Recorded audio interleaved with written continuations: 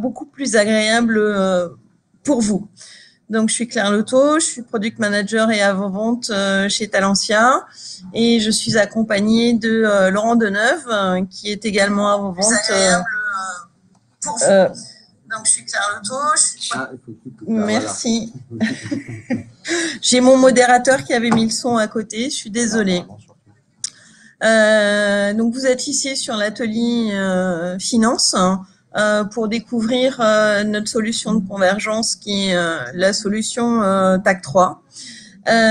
Juste un petit ici slide pour vous présenter un petit peu ce que l'on fait.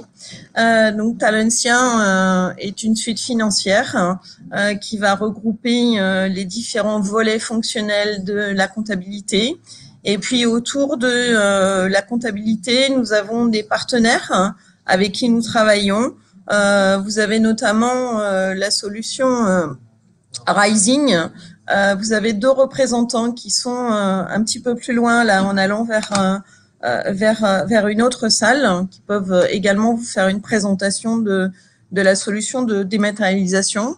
Ce qu'on voulait juste ici vous présenter, c'était de se dire que on est sur un environnement complet qui va adresser aussi bien la partie financière telle que vous la voyez ici, mais c'est périphérique avec des applications de gestion des notes de frais, avec du recouvrement ciblé et la solution Eagle Act d'Altisis.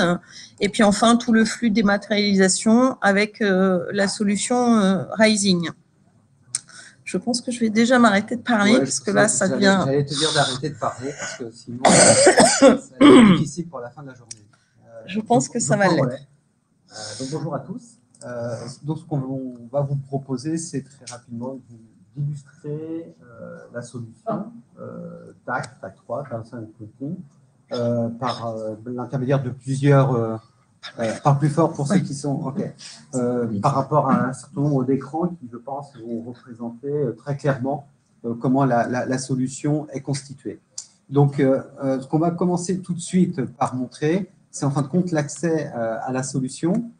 Donc, l'accès à la solution, en fin de compte, s'effectue par un portail et ça illustre très, très bien le slide que vous a présenté Claire. Ça veut dire que c'est une porte d'entrée par rapport aux différents composants que l'on peut vous proposer et pas uniquement sur le cœur comptable. Ce qui est important maintenant, le cœur comptable, il est important, mais bien évidemment, il est insuffisant dans le sens qu'on a besoin de beaucoup de fonctionnalités supplémentaires.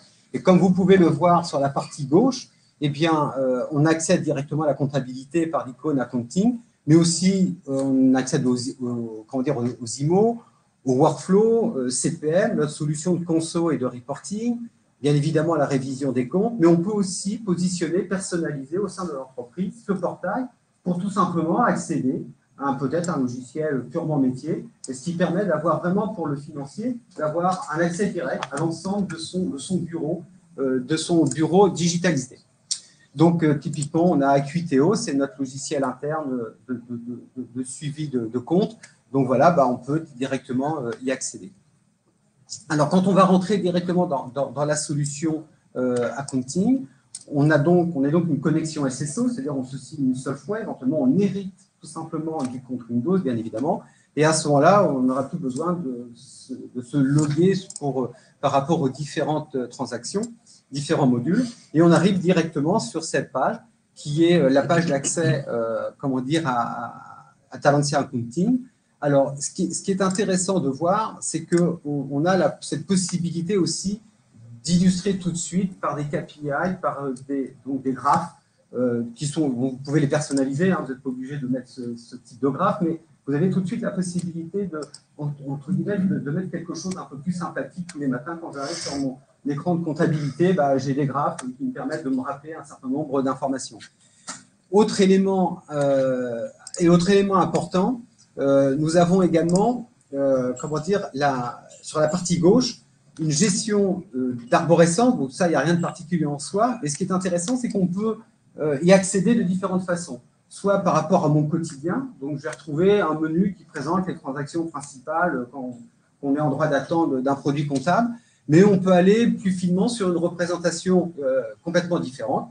c'est-à-dire, on va être par exemple avec celle-ci, soit au niveau du paramétrage, soit vous pouvez constituer comment dire, des opérations quotidiennes, ce que vous avez l'habitude de faire, etc. Donc c'est complètement ouvert et ça vous permet vraiment d'aller chercher de façon plus simplement possible les informations que vous avez l'habitude. Alors, effectivement, là, Claire est en train de nous montrer tout le paramétrage qui est possible de trouver. Ça traite de beaucoup de sujets. Donc là, c'est pour les gens qui ont plus, comment dire, un rôle, je dirais, d'administrateur, qui vont donc commencer à paramétrer sur un certain nombre d'événements. Donc, vous voyez, il y a différentes façons d'accéder à la solution. Et je dirais que la solution la plus intéressante, c'est quand même de faire appel directement, merci, superbe, aux favoris. Donc, les favoris, c'est... Bon, vous savez ce que c'est que les favoris, parce que vous êtes tous sur Internet, donc vous avez certainement au moins une fois créé des favoris. Là, ce qui est intéressant dans les favoris, c'est que vous allez vous-même les organiser. Donc là, ce que vous voyez là, c'est complètement personnalisable. Donc, c'est-à-dire que vous allez créer des favoris par rapport à des thèmes. Effectivement, la consultation, les encaissements, les paiements automatiques, le paramétrage, les écritures. Et à l'intérieur de chaque onglet, vous avez les transactions les plus importantes par rapport au thème. Et ça, c'est extrêmement important parce que, in fine, on se rend compte que par rapport à une fonction d'un comptable au sein du service comptable, il va utiliser, j'en sais rien, peut-être une dizaine, une quinzaine de transactions, et plutôt que de passer son temps à rechercher les transactions qu'il doit exécuter, ben, il va s'organiser. Et puis même les opérations que vous faites une fois tous les 36 du mois, comme les clôtures, etc., eh bien, vous ne vous souvenez pas toujours de la transaction à lancer, donc on va créer, vous créez tout simplement un onglet favori clôture et vous mettez les 4-5 transactions à l'intérieur que vous utilisez. Donc c'est très très utile et c'est vrai que tous les clients systématiquement le mettent en œuvre. Une fois que l'on a dit ça, ce que je vous propose, c'est de vous montrer quelques écrans pour bien illustrer comment la solution, comment elle se présente et surtout les facilités qu'elle procure. Donc, si on rentre par exemple dans une consultation, très bien, une consultation de compte, alors ok, on est full web, c'est évident sans nom, mais je préfère pas me le dire. Ce qui est intéressant, c'est qu'on a tout de suite une notion de scénario. Le scénario, c'est quoi? C'est tout simplement la capacité d'enregistrer les paramètres d'une requête. Donc, quand vous êtes dans une consultation de compte, vous avez un certain nombre de valeurs à renseigner, plutôt qu'à chaque fois renseigner les valeurs, cocher, je dirais, les bonnes cases, etc., bah, vous allez enregistrer des scénarios et vous pouvez enregistrer autant que vous voulez, et ce qui permet de faciliter l'exécution des différentes requêtes. On voit très bien qu'il y a quand même pas mal d'informations à renseigner. Ce qui est important, c'est que vous n'êtes pas obligé de tout renseigner. Il y a un minimum à renseigner. Après, globalement, il se déroule. Bon. Alors, on prend l'exemple, par exemple, les comptes. Si on prend une fourchette de comptes, les comptes de la classe 1, voilà, exactement. Et donc, le système, en fin de compte, quand vous commencez à saisir dans ce qu'on appelle un combo box, eh bien, quand on commence à saisir dedans, vous pouvez mettre un numéro de compte, et vous pouvez mettre un libellé, enfin un mot, un caractère. Okay, et donc, il va tout de suite dans la liste vous présenter les comptes qui sont candidats par rapport à ce que vous avez renseigné. Alors, c'est intéressant. Alors, pour la complétude générale, en règle générale, je vous fais confiance. Hein.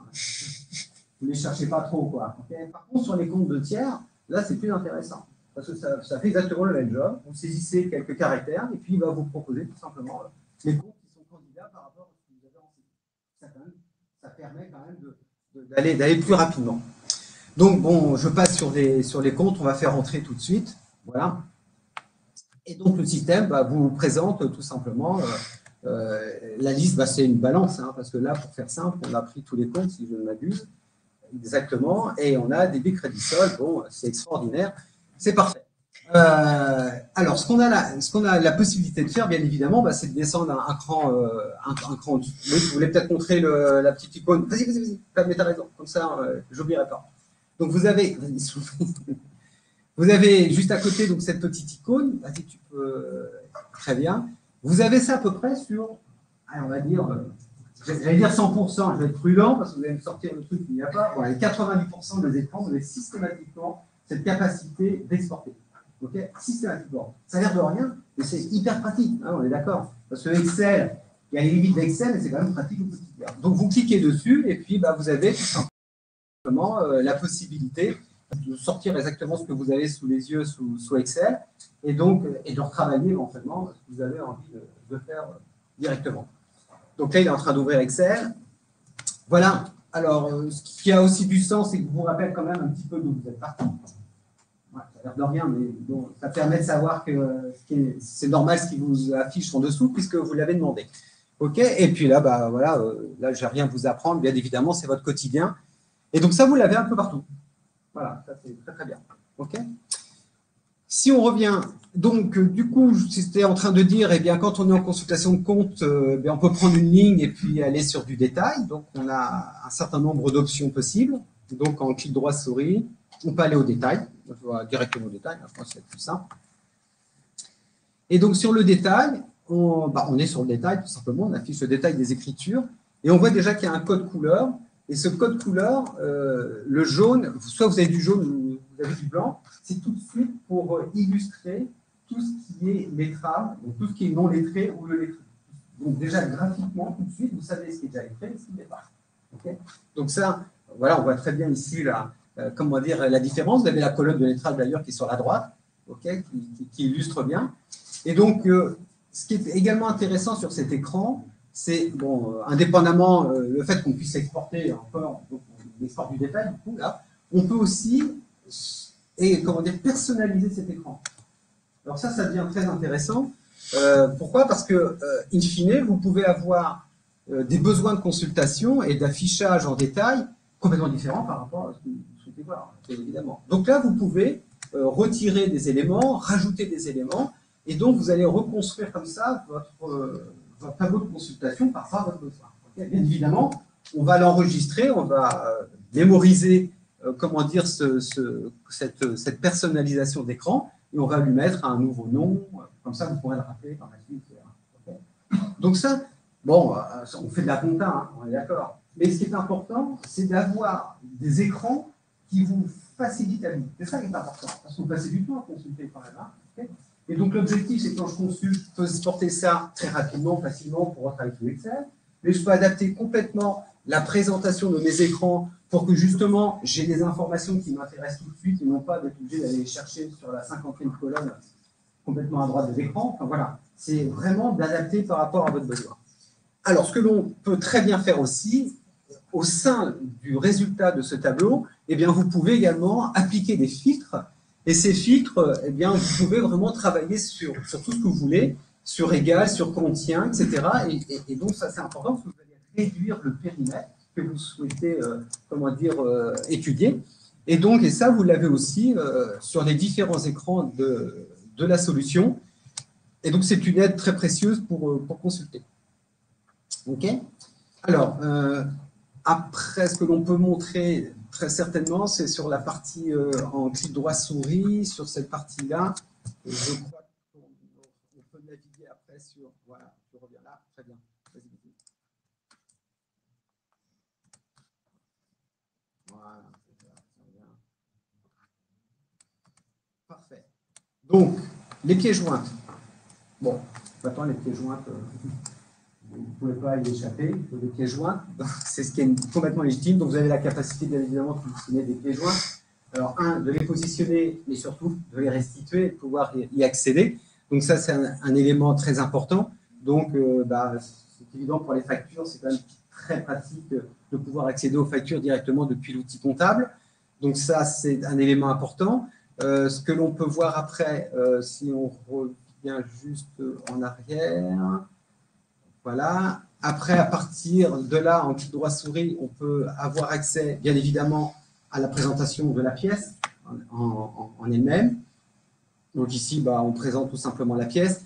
On peut voir, bien évidemment, l'analytique qu'il y a derrière, sur les comptes d'exploitation. Et donc, on a exactement toutes les informations. Ouais, la révision. Ouais. OK. Alors, la révision, ce qui est important dans la révision.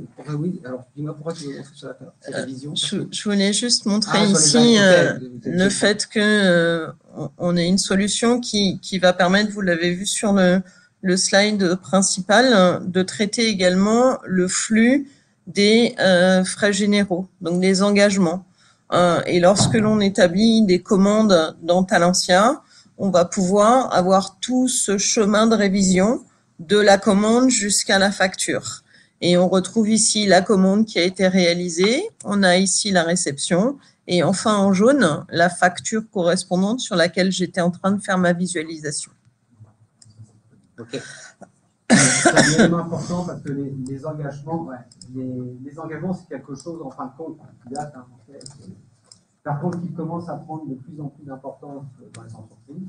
Parce qu'on avait le budget, on avait le réalisé, on avait le budget, on avait le réalisé, au milieu, il y avait un petit peu comment dire, un vide. Okay, et donc, du coup, le fait de rentrer, de matérialiser dans l'outil directement l'engagement, ça permet de se projeter entre le moment où on est en budgété et le moment où on est en réalisé.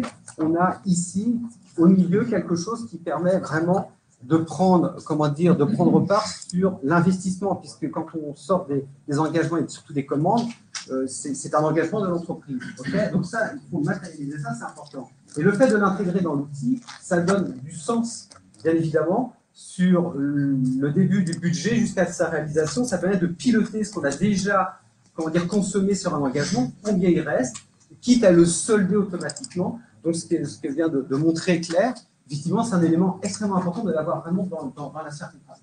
Okay. Laurent, te déplace pas trop parce que le micro, il est là, et à distance, ils vont plus t'entendre. D'accord. Vous avez du mal à m'entendre? Je ne sais pas s'il y a un retour. Non, il n'y a pas de retour. J'essaie de parler encore plus fort. Normalement, c'est moi qui vais avoir un problème de voix tout à l'heure. Ok, on peut très bien. Je pense qu'au niveau de la consultation, c'est déjà pas mal. Qu'est-ce qu'on pense? On passe à la saisie. Qu'est-ce qu'on pense? Allez, hop, la saisie. Donc, la saisie des écritures. Donc, on y accède soit par rapport à un écran qui va vous proposer les différents types de flux en en-tête, achat, vente, OD, enfin, quasi, okay, et qui va permettre tout simplement d'arriver sur un écran qui est déjà préalimenté. Bon, vous avez la petite astérique rouge qui permet de vous rappeler « Coucou, ça c'est obligatoire ». Vous ne l'oubliez pas, sinon vous ne passerez pas. Et donc, à côté de ça, bah, voilà, vous saisissez tout simplement les éléments importants pour l'application pour pouvoir accéder sur, sur la suite. Donc là, Claire a typiquement illustré par rapport au compte de tiers. Je saisis du texte et puis le système va me récupérer tous les comptes de tiers qu'il possède directement sur le plan fournisseur. Okay. Sachant que là, juste une petite précision, j'ai tapé le nom d'une commune et j'ai ajouté dans mes critères de recherche la possibilité de faire la recherche sur la commune. Donc on a ici tous les critères de recherche, ce qui permet aussi de simplifier l'accès à un compte tiers. Quand on a mis des points, on n'arrive pas forcément à trouver le compte tiers donné. Et là, j'ai tapé la ville, mais j'aurais pu taper le code postal. Ça aurait été strictement la même chose. Et je vais aboutir sur la recherche en fonction du code postal et de la ville, ce que j'ai spécifié. Bon, ça, c'est pratique.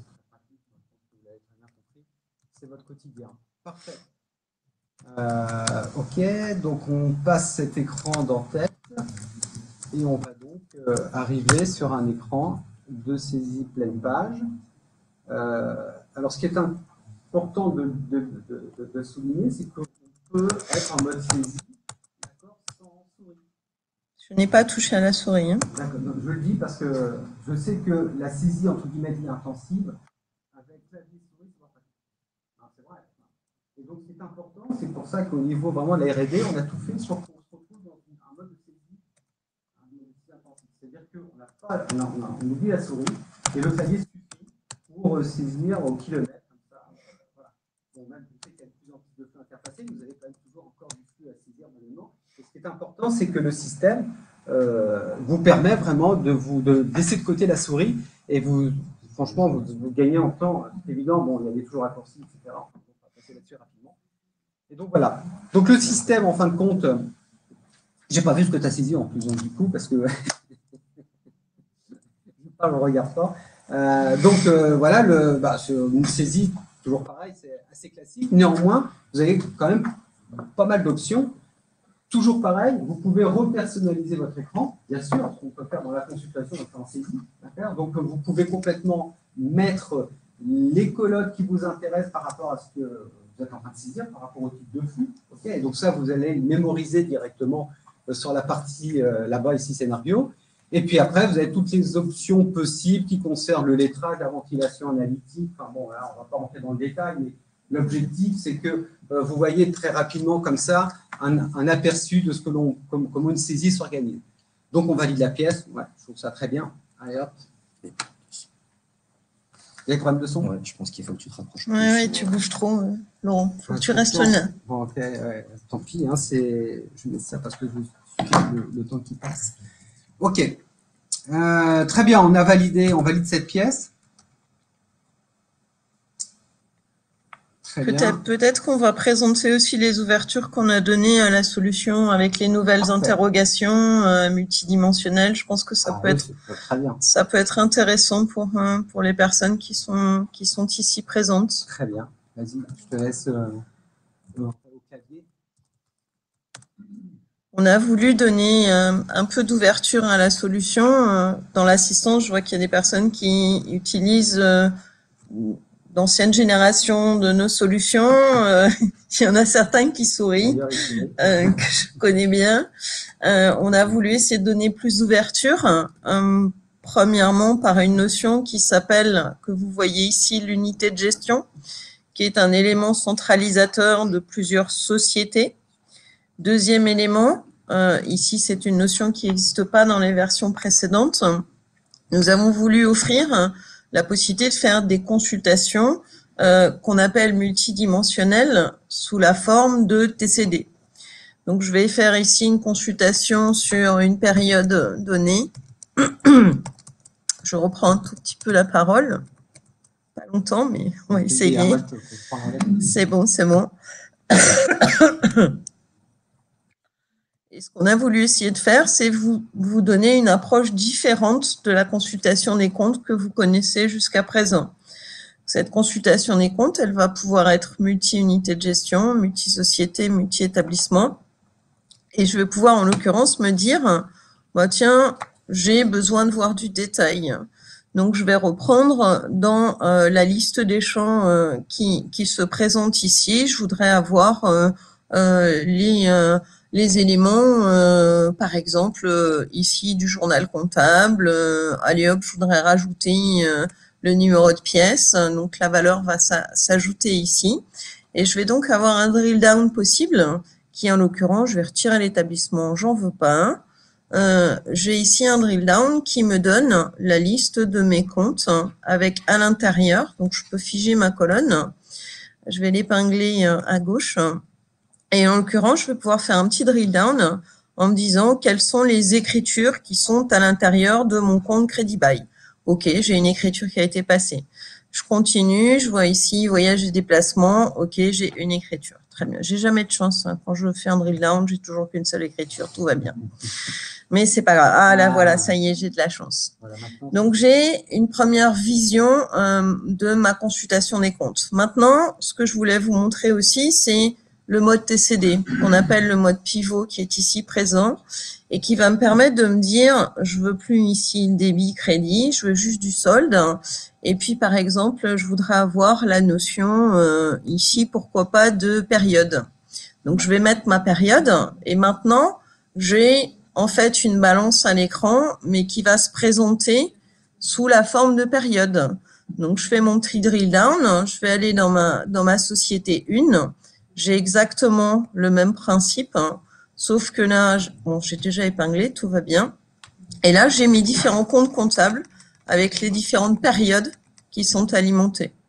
Donc, c'est vrai que ça offre des consultations un petit peu différentes de ce que vous pouvez connaître.